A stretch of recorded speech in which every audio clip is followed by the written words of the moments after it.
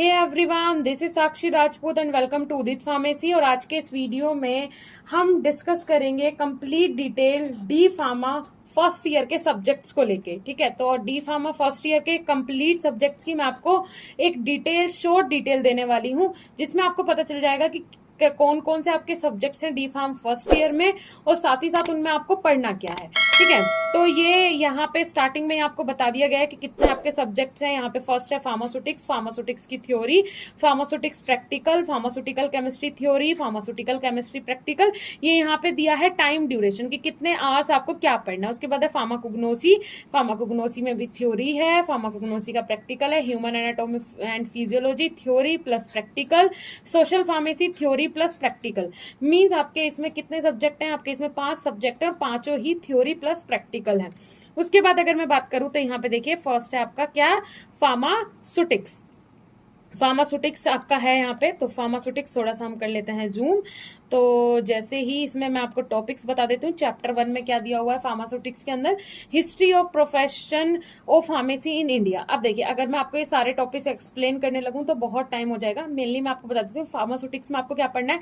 आपको पढ़ना है कि फार्मास्यूटिक्स होता क्या है मेनली। दूसरी चीज इंडियन फार्माकोपिया, फार्माकोपिया के बारे में आपको इसमें पढ़ना है। फार्माकोपिया क्या होती है? फार्माकोपिया एक फार्मेसी की स्टैंडर्ड बुक होती है, जिसके अंदर फार्मेसी के अंदर जैसे कि फार्मास्यूटिकल का काम क्या होता है कि मेडिसिन बनाना, तो वो कोई भी मेडिसिन हो जो कि बन रही है उसका पूरा फॉर्मूला हमारी फार्माकोपिया के अंदर प्रेजेंट होता है। उसके बाद है पैकेजिंग मटेरियल के बारे में, मतलब कहने का मतलब ये है फार्मास्यूटिक्स में आपको पढ़ना क्या है। फार्मास्यूटिक्स में आपको पढ़ना है कि दवाई कैसे बनानी है, दवाई बनाने का जो काम होता है वो आप करते हैं फार्मास्यूटिक्स के अंदर। इसमें पैकेजिंग कैसे करनी है अपनी ड्रग्स की, ठीक है, फार्मास्यूटिकल एड्स क्या है। उसके बाद यूनिट ऑपरेशन जैसे कि साइज सेपरेशन कैसे करें, मतलब जैसे आपका कोई भी प्रोडक्ट है उसके साइज सेपरेट कैसे करें, कि जो मोटे पार्टिकल से उन्हें अलग कैसे करें, या फिर जो पतले पार्टिकल से उन्हें अलग कैसे करें। साइज सेपरेशन हो गया। साइज रिडक्शन का मतलब क्या होता है? रिड्यूस करना, कम करना, साइज को कम कैसे करें। तो ये सारी चीजें आप पढ़ते हैं।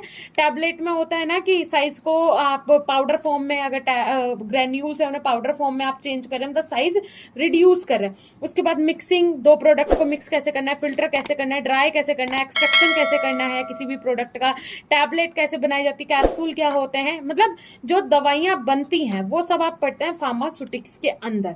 क्लियर हो रहा है? उसके बाद अगर सेकंड सब्जेक्ट की मैं बात करूं तो वो है फार्मास्यूटिकल केमिस्ट्री। फार्मास्यूटिकल केमिस्ट्री क्या होती है? इसमें आपको केमिस्ट्री का मतलब है केमिस्ट्री तो पढ़नी है और फार्मेसी से कोरिलेट करके पढ़नी है। अब इसमें भी मैं आपको कुछ एग्जांपल्स दे देती हूँ जिससे आपको समझ में आ जाएगा। जैसे कि इसमें आपको एनालाइज करना होता है, प्रोडक्ट आपने कितना लिया, आपको 1 ग्राम लेना है प्रोडक्ट, ठीक है, 1 ग्राम आपको प्रोडक्ट लेना है। अब वो 1 ग्राम आपने प्रोडक्ट लिया, उसकी प्रॉपर्टी जो भी है, ठीक है, XYZ हमने मान लिया कि ये जो है ये हमारा क्या है, हमें किसी ने बताया कि हमारे पास है स्टार्च, 1 ग्राम स्टार्च है। अब हमें कैसे पता चलेगा कि ये स्टार्च है? तो इस पर हम केमिकल टेस्ट लगाते हैं, तब हमें पता चलता है कि वो स्टार्च है या फिर नहीं है। तो ये सारी चीजें जितने भी टेस्ट होते हैं या फिर एनालाइज करना होता है, टाइट्रेशन वगैरह करनी होती है, ये सब करते हैं हम किसके अंदर? फार्मास्यूटिकल एनालिसिस के अंदर। ठीक है, उसके बाद गैस्ट्रोइंटेस्टाइनल एजेंट्स जो होते हैं उसमें एंटी एसिड्स का क्या काम होता है। इस तरीके से आपको जो ये प्रोडक्ट पढ़ने हैं ये पढ़ने हैं किसमें?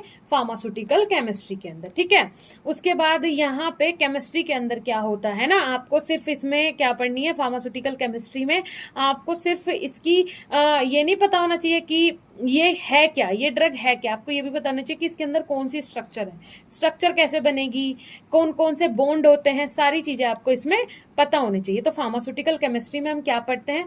हम पढ़ते हैं फार्माकोलॉजी, पहले हमें पता होनी चाहिए कि वो ड्रग आखिरकार क्या है ना, और फिर उसके बाद हम इसमें पढ़ते हैं उसकी केमिस्ट्री, कि वो हमारी बॉडी के अंदर जाके ऐसा क्या कर रही है, उसके अंदर ऐसा क्या प्रेजेंट है कि वो हमारी बॉडी के अंदर जाके एक्ट करिए। सुटिक्स में हमारा काम है सिर्फ बनाना, हमें कुछ नहीं पता करना, जो हमें स्टैंडर्ड फॉर्मूले दिए हैं वो लगाना है और सीधा बना देना। केमिस्ट्री में हम पढ़ते हैं, यहाँ पे हम प्रैक्टिकली देखते हैं कि ये चीजें हो रही हैं तो कैसे हो रही है। ठीक है, उसके बाद अगर मैं बात करूं, ये सब आपका सुटिक्स में दिया हुआ है, सारी ड्रग्स दी हुई हैं, इनका आपको सार बताना है, इनके आपको कंप्लीट डायग्राम स्ट्रक्चर्स बनानी है। उसके बाद नेक्स्ट अगर मैं बात करूं तो यहाँ पे आपका दिया हुआ है फार्माकोग्नोसी। फार्माकोग्नोसी का मतलब क्या होता है? कुग्नोसी का मतलब होता है वो ड्रग्स जो कि आपको डायरेक्टली नेचर से मिले, वो पढ़ते हैं आप फार्माकोग्नोसी के अंदर। इसे फाइटोकेमिस्ट्री भी बोलते हैं, मतलब केमिकल्स की केमिस्ट्री, ठीक है, फाइटोकेमिस्ट्री भी बोलते हैं। तो इसमें देखिए क्लासिफिकेशन ऑफ ड्रग्स, ड्रग्स भी कौन सी, अल्फाबेटिकल क्लासिफिकेशन, क्रूड ड्रग्स जो होती हैं, जो हमें डायरेक्टली नेचर से मिलती हैं, ठीक है, उनका अलग अलग क्लासिफिकेशन। क्लासिफिकेशन का मतलब क्या होता है कि हमने अपनी ड्रग को अलग अलग क्लास में रखा है, जिसका नाम ए से शुरू होता है वो आ जाती है सब अल्फाबेटिकल में, है ना। जिनका टेक्सचर सेम होता है वो आ जाती है टेक्सोनॉमिकल में। जिनकी मॉर्फोलॉजी जो बाहर से दिखने में एक सी होती हैं वो सब आ जाती हैं टेक्सोनॉमिकल में, ठीक है। क्लियरली अगर आपको ये पढ़ना होगा तो आप जाइए उदित फार्मेसी क्लासेस एप्लीकेशन पे, वहां पे आपको कंप्लीट समझाया जा रहा है, कंप्लीट आपको पूरी प्रिपरेशन करवाई जा रही है, जाके विजिट एक बार जरूर करें। उसके बाद quality control of crude drugs, है ना। तो क्रूड ड्रग्स कहने का मतलब ये है, जितनी भी क्रूड ड्रग्स होती हैं, क्रूड ड्रग्स का मतलब ऐसी ड्रग्स जो कि हमें नेचर से मिल रही है। और मेरा मानना तो ये है क्रूड ड्रग्स जो आप खा रहे हैं, पी रहे हैं, कुछ भी चाहे ऐसा खा रहे पी रहे हैं जो कि आपकी बॉडी के लिए अच्छा है और नेचर से वो आपको मिलता है, सारी चीजें ही हमें नेचर से मिलते हैं। सिंथेटिक जो हम खा रहे हैं वो हमारी बॉडी के लिए सही नहीं है।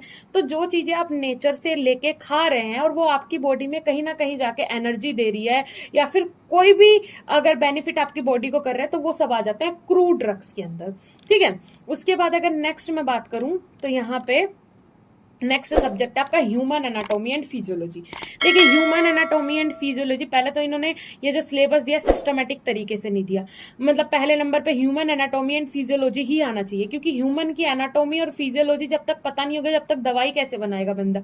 तो ह्यूमन एनाटॉमी एंड फिजियोलॉजी मतलब ह्यूमन की एनाटॉमी, अगर ये ह्यूमन है तो ह्यूमन के बाहर बाहर क्या प्रेजेंट है और ह्यूमन के बॉडी के अंदर जो ऑर्गन्स है वो किस तरीके से काम करते हैं, ह्यूमन की एनाटॉमी और पूरी की पूरी फिजियोलॉजी हम पढ़ते हैं ह्यूमन एनाटॉमी एंड फिजियोलॉजी के अंदर। तो ये बहुत इंपॉर्टेंट सब्जेक्ट है कि इसी के आधार पे आप आगे की चीजें सीख पाएंगे। देखिए बॉडी के जितने भी सिस्टम्स होते हैं वो सब इसमें दिए हुए हैं।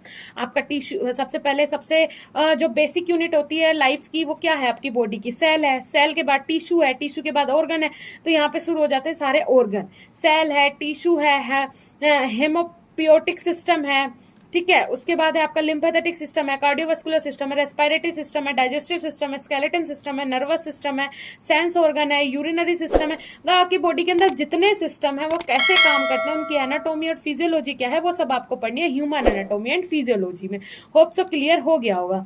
नेक्स्ट अगर मैं बात करूं तो नेक्स्ट सब्जेक्ट है आपका सोशल फार्मेसी। देखिए जी 2020 में जो एजुकेशन रेगुलेशन आया उसके अकॉर्डिंग सोशल फार्मेसी यहाँ पे चेंज करके लेके आए हैं। और सोशल फार्मेसी में कंप्लीटली आपकी हेल्थ को लेके अवेयर, आपको अपनी हेल्थ को लेके किस तरीके से अवेयर होना चाहिए, आपकी हेल्थ किस तरीके से अच्छी रह सकती है, आपको किन किन चीजों से बचाव करना चाहिए, बल्कि कोविड-19 के बारे में भी इसमें पूरा दिया हुआ है। कोविड-19 की आपको पूरी गाइडलाइन दी गई है। सो आपको सोशल फार्मेसी में ये सीखना है कि आखिरकार किस तरीके से हम खुद को बचा सकते हैं इन्फेक्टियस डिसीज से। इन्फेक्टियस डिसीज कौन सी होती हैं, खुद का बचाव कैसे करना है। उसके बाद इसमें प्रिवेंटिव हेल्थ केयर्स क्या होते हैं, है ना, फैमिली प्लानिंग के फायदे क्या हैं, ये सारे मतलब एक तरीके से अवेयरनेस के लिए सब्जेक्ट है और बहुत ही ज्यादा अच्छा सब्जेक्ट है और बहुत इंटरेस्टिंग सब्जेक्ट है। और सारे ही टॉपिक्स इसमें वो हैं जो कि आपके सिर्फ टेक्निकल कोर्स से, टेक्निकल नॉलेज से रिलेटेड नहीं है, ये आपकी लाइफ से रिलेटेड भी है। तो ये सब्जेक्ट आप पूरे ध्यान से अच्छे से पढ़िएगा। वैसे तो हमारी जो एप्लीकेशन है वहां पे सारी चीजें आपको पढ़ाई जा रही हैं, जाके आप विजिट कर सकते हैं। तो ये लास्ट सब्जेक्ट था आपका जो diploma in pharmacy first year का सिलेबस है, उसका लास्ट सब्जेक्ट था सोशल फार्मेसी। और सबसे ज्यादा इंटरेस्टिंग सब्जेक्ट इसमें जो है वो यही है, सोशल फार्मेसी, जो कि इस बार ही ऐड हुआ है, और साथ ही साथ ह्यूमन एनाटॉमी एंड फिजियोलॉजी, जो कि बहुत इंटरेस्टिंग भी और साथ ही साथ आपके लिए बहुत यूजफुल है। आपकी बॉडी के अंदर कौन से सिस्टम काम कर रहे हैं भाई पता होना जरूरी है। चाहे दवाइयों का तो बाद में पता करेंगे, पहले ये तो पता कीजिए सिस्टम क्या काम कर रहे हैं बॉडी के अंदर। फिर उसके बाद ऐसी चीजें जो कि आपके लिए नुकसानदायक हैं, ऐसी चीजें जो कि आपको डेली लाइफ में यूज करनी चाहिए, कौन से आपकी सोसाइटी में कौन से ऐसे मिशन चल रहे हैं, हेल्थ प्रोग्राम्स चल रहे हैं, फार्मासिस्ट की जिम्मेदारी क्या होती है, सब आप पढ़ेंगे सोशल फार्मेसी के अंदर। ओके सो होप सो पूरा सिलेबस आपको क्लियरली समझ में आ गया होगा कि कौन से सब्जेक्ट के अंदर आपको क्या पढ़ना है ना। वैसे तो इंपॉर्टेंट सारे ही सब्जेक्ट्स हैं, बट जो मुझे सबसे ज्यादा इंटरेस्टिंग लगते हैं वो ह्यूमन एनाटॉमी एंड फिजियोलॉजी और उसके बाद सोशल फार्मेसी ही लगता है। बाकी के इंपॉर्टेंट तो सारे सब्जेक्ट हैं। उसके बाद मैं आपको बता दूं कि अगर आपको वीडियो अच्छा लगा हो तो प्लीज वीडियो को लाइक कीजिएगा, चैनल को सब्सक्राइब कीजिएगा। साथ ही साथ अगर वीडियो